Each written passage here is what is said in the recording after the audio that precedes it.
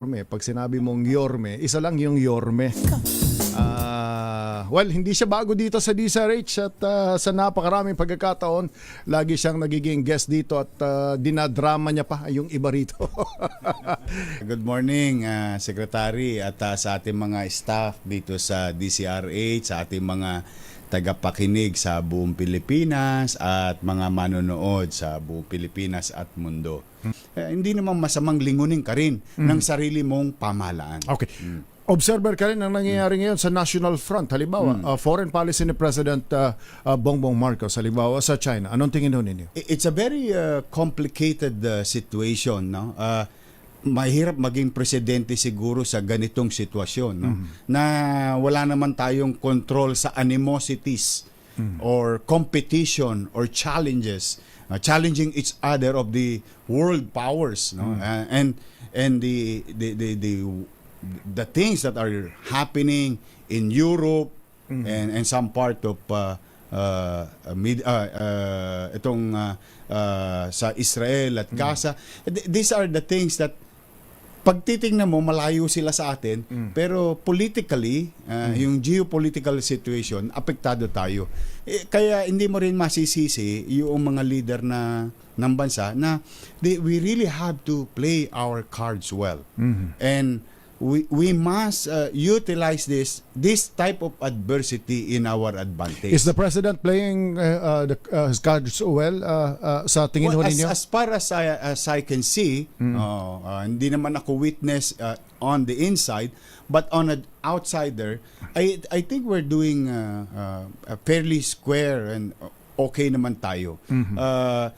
We must continue to pursue our national pride.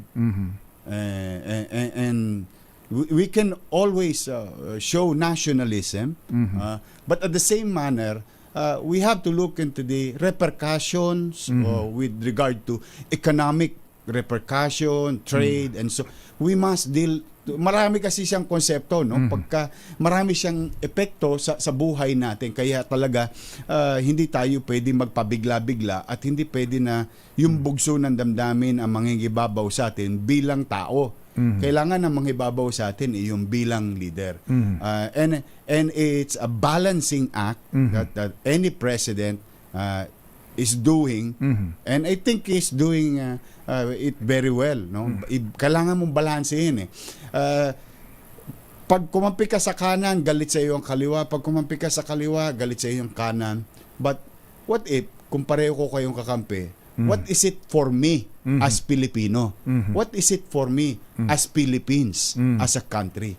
And so far, yun ang nakikita ko. And dapat yun ang maganap. Sige, busy kayong dalawa dyan, nagkukompetensya kayo. Nasa gitna kami, napopompyang kami. Ano ba ikabubuti namin dito sa pangkalahatan? And especially our economic managers, no, yung mga economic technocrat natin, ako tingin ko, yun ang maging abala ngayon. Sige, let's utilize the situation. This is an adversity. This is a challenge to us. But there are two sides of the coin. We may or we might have an opportunity to better ourselves economically, or at least with this situation, we can learn from this to fully utilize our resources on some aspect to na proteksyonan as an archipelagic country, na proteksyonan ang ating mga dagat o tabing dagat. Yorme, bago ka natutulog, anong mas matimbang na naiisip mo? Something to do with Manila or something to do with the Senate? Nako, hindi ko masyado nag-iisip Nasa survey, pang-7, pang-8, pang-9, minsan pang-6, kung ano-anong survey na nakikita ko definitely hindi observer. Well, maraming salamat sa ating mga tagapakinig, no? I'm still on your top of your mind. I'm still there. Are you surprised? Surprised ka ba? Nagulat ako. Tandaan mo, galing ako sa OLATS. Talo tayo, Sar. Siyempre, di ba? Tanggapin natin ang katotohanan. Pero tuloy-tuloy ka ngayon nasa survey, kahit anong survey. Ibagay na pinagpapasalamat ko sa mga Pilipino. ipinagpapasalamat ko kasi kahit papaano, siguro masasabi ko na appreciate nila yung mga bagay na ginawa natin sa Maynila. Talagang siguro hindi lang napanahon yung sitwasyon, no? But then again, I'm grateful to every Filipino, sa mga kababayan nating nakikinig. Maraming salamat sa inyo. But siguro time will tell. Time will tell kung kailan ang yung iba nga 70 plus na. Yung iba nga 80 plus na. Kayo wala pang wala pa kayong 50. Hindi, time will tell kung kailan tayo magdedesisyon.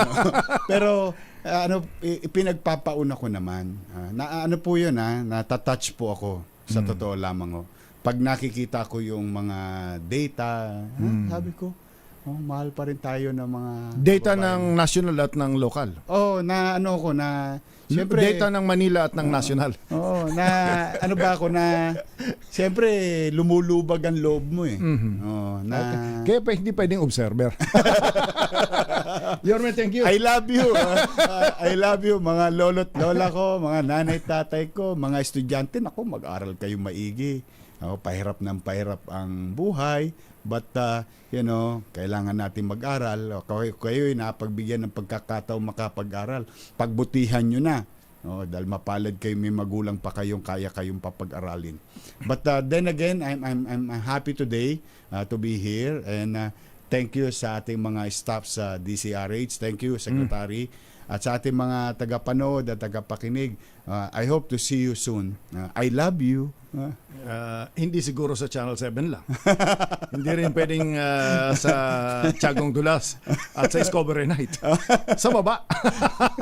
Kamusta kung anong plano-plano? It's a casual afternoon for us. Kasi ako, believer ako ni Doc Willie, no? He's been doing a lot of service to our fellow men, countrymen sa buong Pilipinas, di ba? Tingin ko kasi siya talaga may puso para sa tao. So kaya ako gusto ko kasi yung mga tao na may malasakit sa kapwa, na in our own little way to support them. At someday, somehow, that they're going to be given a chance to be of service. Alright. Yung Yorme ba, magiging observer lang o active participant sa lungsod ng Maynila? Steady lang muna tayo sa Gretly. Pero mahal. Sila bong na nakikinig, nanonood. Sila Manong Ed, si Pangulo. Yung mga estudyante nung nakaraan, galing ako doon sa basketballan, tuwan-tuwa ako doon sa mga estudyante. Sabi ko, kamusta kayo? Sabi, nakukuha nyo ba yung allowance nyo? Nakukuha sapagkat yung student allowance, sa senior citizen, sa estudyante. So tuloy-tuloy naman daw. Tuloy-tuloy naman. I'm happy, kasi ito kasi, alam mo to, mga mahihirap na mag-aaral ito. Yorme, ito yung pamasahe, pinoproblema nito. Yorme, ito yung portion na itatanong ko. Ano ang namimiss mo sa Maynila? Siyempre, namimiss mo yung mga bagay na dati mong ginagawa, di ba? Normal naman siguro yun. But sa maliit kong kaparaanan, off-cam, andyan pa rin naman tayo sa mga nangangailangan. Kasi hindi ko naman matitiis yung mga yon. Pusong mamon ako sa alam mo, malambot ang puso ko sa mga mahirap kasi maging gipit mahirap talaga magkasakit, mahirap tumukod. Kaya importante na may nasasandalan. May masasandalan. Kung hindi gobyerno, at least personal. Kung hindi personal, at least gobyerno. Hanggat kaya ko. Loobin nawa ng Diyos. Hanggat kaya ko. Diyan naman tayo sa Gedli lang. Okay. Physical ng Maynila, anong observation ho nyo ngayon? So far naman, okay naman. Social development sa Maynila. Tinutuloy naman nila yung mga napag-umpisahan na natin. At may mga bago naman, katulad halimbawa nung isang araw nakita ko si Mayora Hani, yung Isabelo de los Reyes, nag-groundbreaking sila. At ito, yung kinukwento ko nga sa inyo, malapit ng matikman makamit ng mga taga Maynila yung San Lazaro Residence, San Sebastian Residence at Pedro Hill Residence. Tapos ito nga pala, Sir, maidagdag ko lang konti. Pati empleyado ng gobyerno Okay. pwede na magbenepisyo sa housing. Ang logic ko naman doon, yung hindi tayo pwede maging City Hall. mabuti. City Hall. City Hall. Okay, okay. Hindi tayo pwede maging mabuti sa iba. kapitbahay, pero sa loob ng bahay natin, hindi natin nililingon. Parang balat kayo yun. Balat kayo yun, ano? Yes. Kaya itong 3 bagong building, may portion of it, mga City Hall employees ang magbebenepisyo. Ito yung mga City Hall employees na nangungupahan, walang sariling pag-aari, bahay, no?